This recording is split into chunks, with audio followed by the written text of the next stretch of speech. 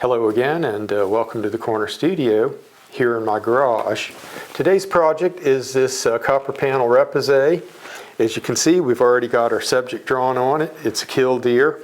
I have a reference photo for this which we'll be sharing. And just need to reposition the camera, set up our tools, and we'll be right back.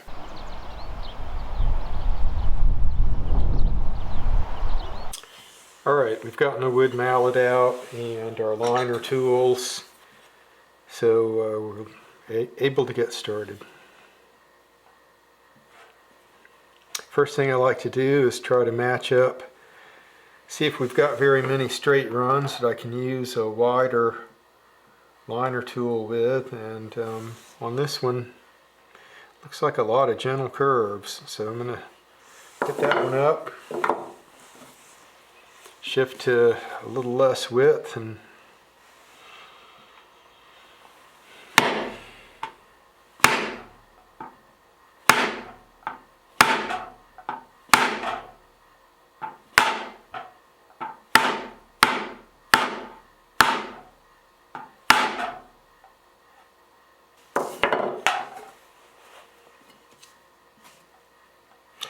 we switched over to a liner tool that's got a little bit of a curve in it.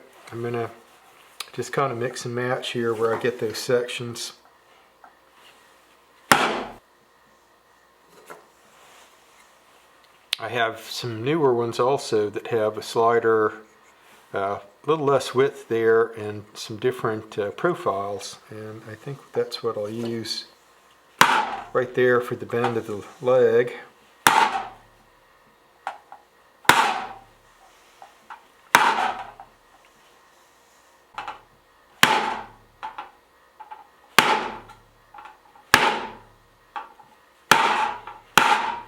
I like to give the first run there when I'm doing a bit of liner work on an open area, and I go back and I kind of set the liner tool to the center of where I had two previous ones kind of meeting up, so we get a seam line that doesn't look like it has kind of those connectors. And I don't go to the absolute edge like when I set this one. I'm not going right to the edge to set it. I'm going partially to the spot where I've already done. But still, sometimes it requires kind of smoothing out so you don't end up with what looks like a series of joints along there.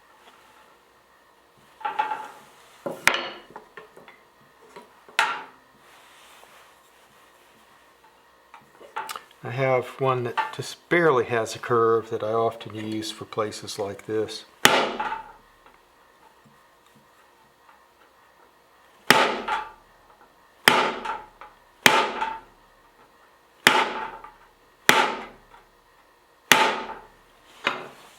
And I like to periodically flip these over and see what I've gotten. And so far it looks like the legs look pretty good. That line there, where the beak is, we just maybe need a couple of more taps on that lower beak.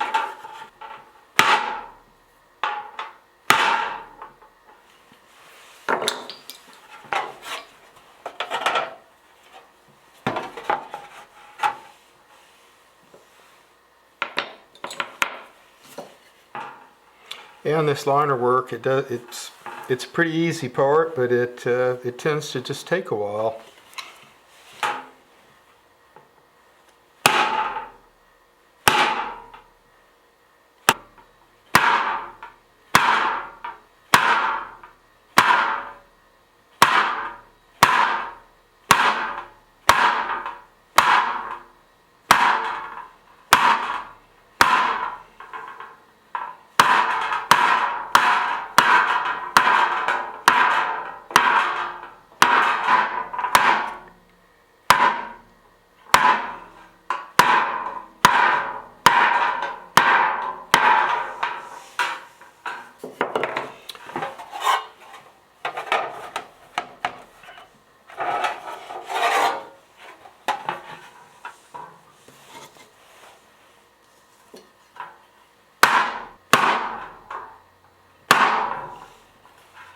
sometimes where these items kind of come to a point, the design, I like to use a slightly curved one so that we're not meeting two ends into a point that might create a little bit of fatigue for the copper.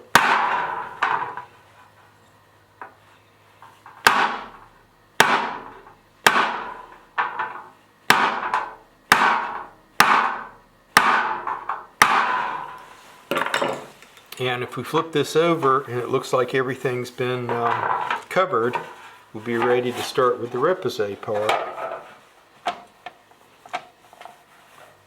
I think we've got just, I'm going to follow the design around. We've got one spot there that we missed. That spot there could probably take another couple of hits, so there and there.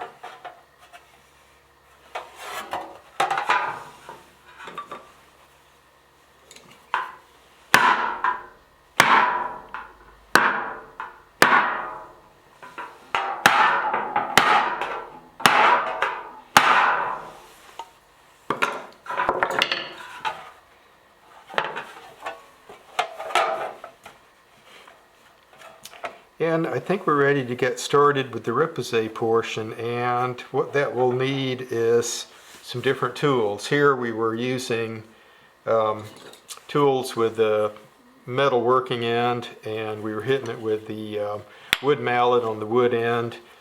We will switch entirely to some wooden tools to actually do the chasing part.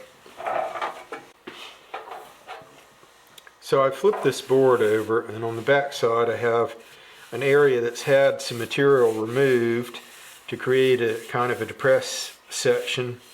This may be about 1.5 inches, 1.25 inches maybe down below the level of this edge. And we're going to just be driving the copper now along the edges of the design and towards the interior, trying to do our actual repousse work. Now I've selected from our copper billets some different profiles to do work around the edges, as well as bigger profiles to work more towards the center.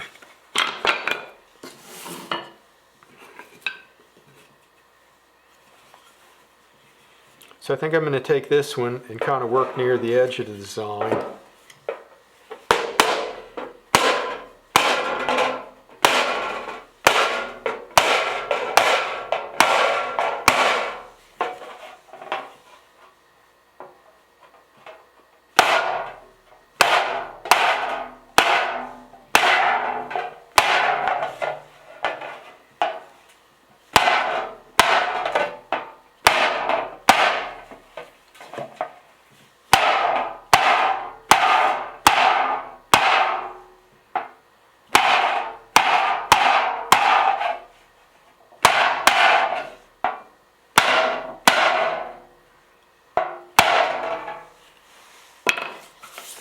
And we're switching over to a tool with a narrower profile.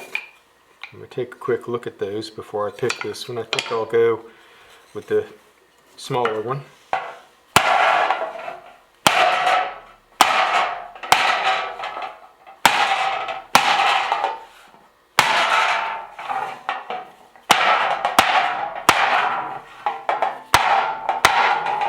And as I have the piece, I try to keep it over the depressed area.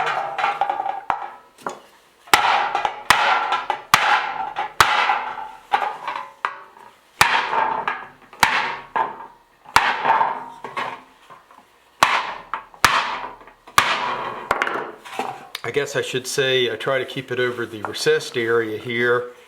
And this is a height, I may have misspoke earlier. I think that's about 1 inch deep here at the deepest spot.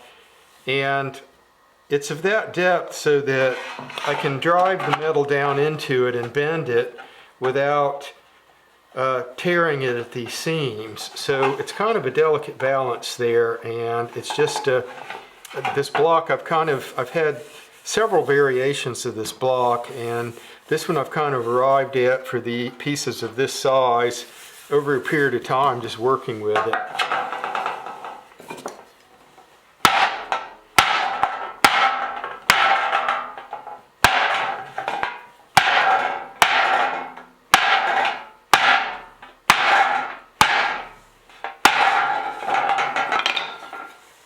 take the bigger one and try to just drive the main part of the design down a little bit.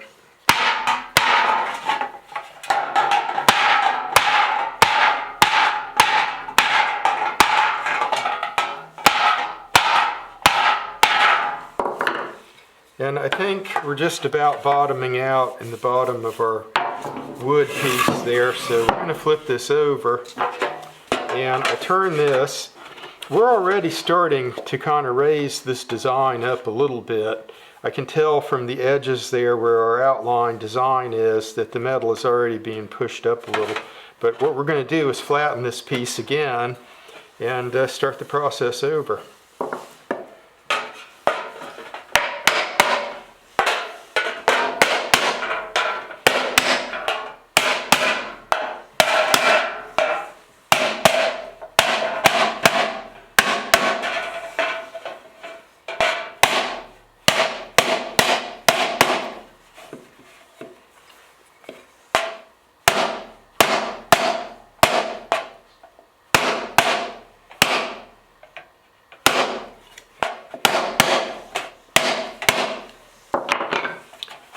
So the piece is mostly flat again, and we should be able to start with the repousse portion again. And this is the process of driving the metal down to try to stretch it slightly each time, and flipping it over, straightening the panel again, and repeating the process. So I've taken this narrower tool here, and we're going to work some of these smaller areas to try to raise them up.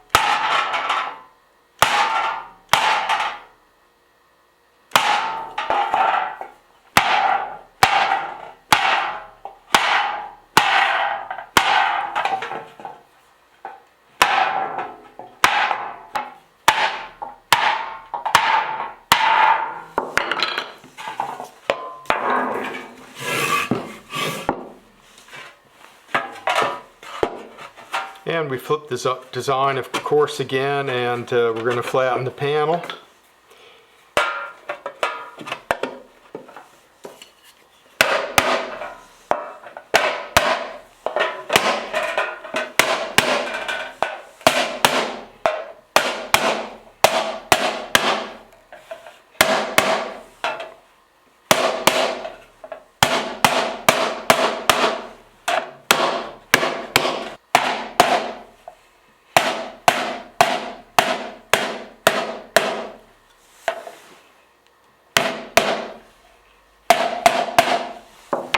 This happens sometimes on the first couple of passes, but that design, it looks like it is just raising right up. So this one, I don't know how many more cycles we need. Sometimes it's 6 to 10. Sometimes about 4 cycles will do. It'll punch the design right out where you want it, and you're good to go. But I don't like overworking these pieces. So we're going to keep watch on this. When we get it to a good stopping point, we're going to just actually quit. So I've gone to the wider billet. I'm going to work on some of these open areas.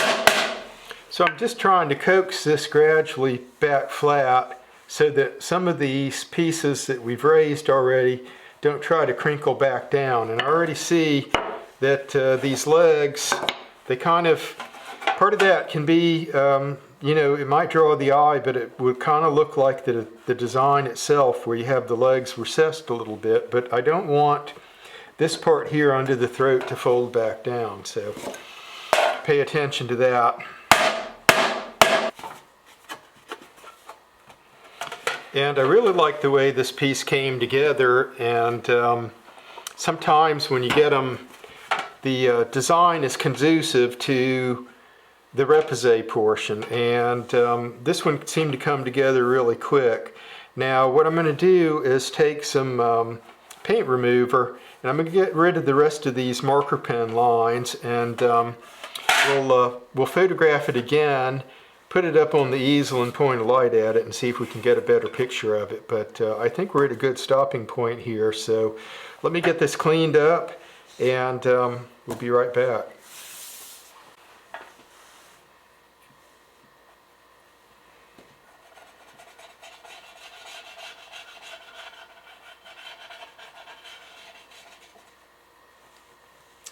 And this is a standard paint remover. I just use a Q-tip to get down into the recesses to get rid of the marker pen lines.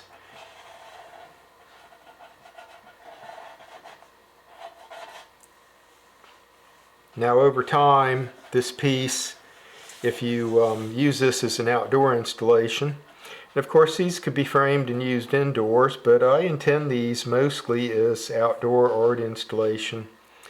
They would, in the elements, patina naturally and turn kind of brown with mottled green over a period of time. But I sometimes have put these outside around the property here without even bothering to clean off the marker pen, and the elements take care of it pretty soon. About 1 or 2 seasons between the rain and the sun pounding on it, it disappears.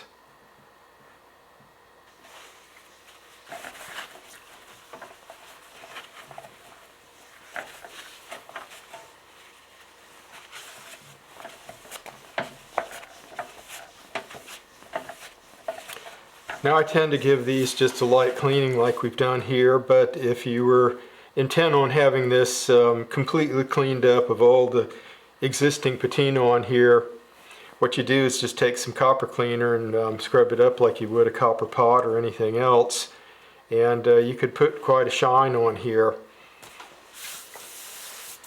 And here we are, the piece is finished. I put it up on an easel and turned the light kind of in a slightly different direction so we could get a better look at it.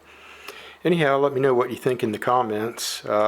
We hope to see you again soon in the video, so till then, take care.